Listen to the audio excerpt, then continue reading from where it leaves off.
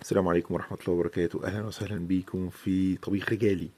طبعا يا جماعة، بيض، زيتون، عيش. البيض بتجيب سمنة حسب المتاح عندك، سمنة، زبدة، تقدحها. تمام، عايز تحط فلفل، مش عايز تحط فلفل، حطيت فلفل بتستنى لما يدبل شوية، تحط البيضتين تقلبهم شوية عشان يديك ميكس بين الأبيض والإيه. يا إما لو أنت بتحب عيون هتسيبه زي ما هو، هتخلص هتحط شوية ملح شوية فلفل، هيبقى بالمنظر اللي انت شايفه ده. وبالهنا والشفا عليا وعليكم ان شاء الله. موضوع بسيط جدا. ازاي تعمل بيض؟ تجيب بيضتين، تغسلهم، تجيب حته السمنه تقدحها، تحطها في طاسه تيفال، طبعا معلقه خشب بلاش معلقه معدن عشان ما تجرحش وتطلع الماده وتبقى شكلك وحش وانت بتجرح حاجه المطبخ. وتحط طبعا زي ما قلنا السمنه لحد ما تقدح تحس ان هي خلاص، وتحط عليها الفلفل لو انت عايز فلفل. تستنى لما يدبل شويه، تحط البيضتين تقلبهم او تسيبهم عيون.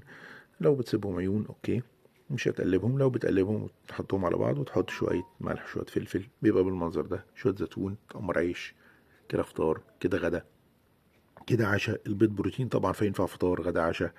وطبعا يا جماعة بالهنا والشفا، ويقولوا ما شاء الله بالهنا والشفا. بحب انا الفلفل الاسود كتير بصراحة. شفت البكبكة اللي كانت في الأول؟ مرضتش آكل غير لما أصورها وأقول لكم. طبعا يا جماعة، دي حاجات تنفعك في السفر، تنفعك في الرحلات، تنفعك وأنت مغترب لوحدك. إزاي تعرف تعيش وإزاي تبقى عندك حاجة تعرف تاكلها. طبعا يا جماعة، بيضتين، شوية زيتون، ممكن من غير زيتون، ممكن فلفل لوحده، ممكن فلفل بره، ممكن فلفل جوه. طبعا احنا بنكيف نفسنا حسب وضعنا الحالي. وطبعا المفروض مفيش حاجة في الأرض، بس أنا حطيتها في بقى خشب بقى، دلع بقى. تمام، وبالهنا والشفا عليكم وعلينا. ولا تنسى الاشتراك في القناة، ولا تنسى تفعيل زر الجرس لكل المغتربين، لكل الطلاب، لكل المغتربين ولكل الطلاب ولكل الناس اللي عايشة لوحدها ولكل الناس اللي بتعمل أكل وكل الناس اللي الناس نايمة وأنت بتعمل لنفسك الأكل. هتعرف تعمل لنفسك الأكل. كيفية عمل البيض، الأومليت، بس مش أومليت قوي. تمام.